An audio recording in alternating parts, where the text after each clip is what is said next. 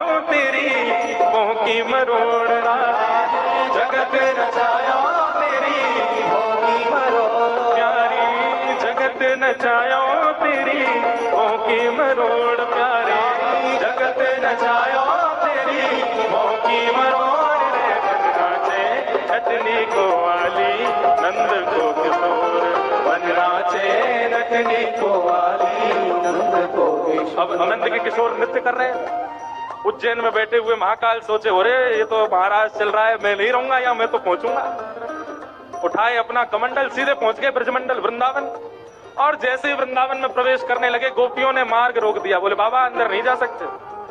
बोले अरे हमें जानती नहीं हो हम कौन है, हम महादेव हैं।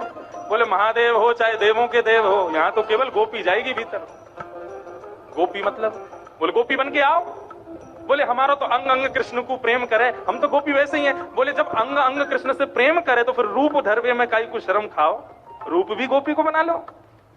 शंकर जी बोले अच्छा। शंकर जी को जब कभी भी भूख लगती है तो तुरंत अपना कमंडल आगे करके नेत्र बंद करके करते भिक्षाम देही अन्नपूर्णा मैया। इतने में अन्नपूर्णा प्रकट हो जाती है, कमंडल भर देती है, शंकर जी भोग लगाते हैं। शंकर जी बोले कहां श्रृंगार करवाऊं, कहां श्रृंगार करवाऊं। यमुना किनारे बैठे और वहां रास चल रहा है, शंकर जी से रहा नहीं जा रहा, कैसे पहुंचूं भीतर। माते भिक्षाम देही। इतने में ही अन्नपूर्णा प्रकट हो गई, कमंडल भरने लगी। शंकर जी ने कमंडल पीछे किया, बोले अन्न की भिक्षा नहीं चाहिए तो अपनो श्रृंगार मुंह को दे दो, आज मुंह को गोपी बना दो। अन्नपूर्णा प्रसन्न हो गई। अच्छा आओ चलो बैठो। कानों में बिच्छू लटके थे, उनको निकाला। बोले जाओ चलो थोड़ी देर घूम के आओ कहीं और। गले के सर्प, बाजू बंद के सर्प और सारे सर्पों को निकाल के कहा तुम लोग जाओ चलो। चंद्रमा को कहा तू ऊपर रहे थोड़ी देर। गंगा जी को कहा थोड़ी देर शांत हो जा।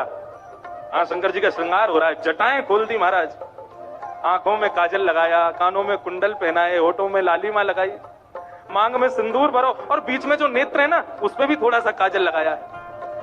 सुंदर हाथन में चूड़ी पहनाई, पैरन में पाजेब पहनाई, नीचे अब क्या बोलते हैं उसको, लहंगा पहनाया, ऊपर चुनरी पहनाई और सब प्रकारेण महाराज जैसे ही श्रृंगार किया, मूछन में इत्र लगाया। अन्नपूर्णा बोली इनको हटा दो। बोले ना ये रहने दो, ये तो चाहिए, जरूरी है। मूछन में इत्र लगायो। आहा भोलेनाथ गोपेश्वर के रूप में प्रकट हो गए। जाओ प्रभु जाके रास में प्रवेश करो। आप तो महाराज शंकर जी जैसे ही चले, धम्म धम्म धम्म धम्म चाल, वही वैसी चाल जैसी चलते। गोपियां जो पहरेदारी कर रही थी उन्होंने कहा अरे देख कौन आ रहा है, या के पामन के बाल दिखाई दे रहे हैं, हाथन के बाल दिखाई दे रहे हैं और जटा लटक रही हैं, घूंघट करके चल रहे हैं शंकर जी। बंधुओं इसको मजाक के भाव से मत सोचना, अभी देखना वास्तविकता पता चलेगी। गोपियों ने कहा कौन हो? बोले हम गोपीश्वर, गोपी हैं, पहले रूप दिखाओ। बोले वो तो हम जिसके लिए तैयार होके आए वो ही देखेगा। गोपी बोली जब तक हम पास नहीं करेंगे भीतर जा भी नहीं सकते आप। बोले कि अगर हमने अपना रूप दिखाया तो पास फेल करने वाले जीवित ही नहीं बचेंगे, हमारे रूप का तेज वही देख सकता है जो भीतर नाच रहा है। गोपी बोली रूप तो दिखाना पड़ेगा। शंकर जी बोले रूप नहीं दिखाऊंगा। गोपी बोली बिना रूप देखे अंदर नहीं जा पाओगे। अरे हम कह रहे हैं ना रूप दिखाने के बाद तो तुम रोकने लायक बचोगी नहीं। गोपी बोली तो दिखाओ। शंकर जी ने जैसे ही घूंघट ऊपर किया है, उनका सुंदर स्वरूप देख करके दोनों गोपी मूर्छित होकर के गिर गई। बोल गोपेश्वर महादेव की। शंकर जी बोले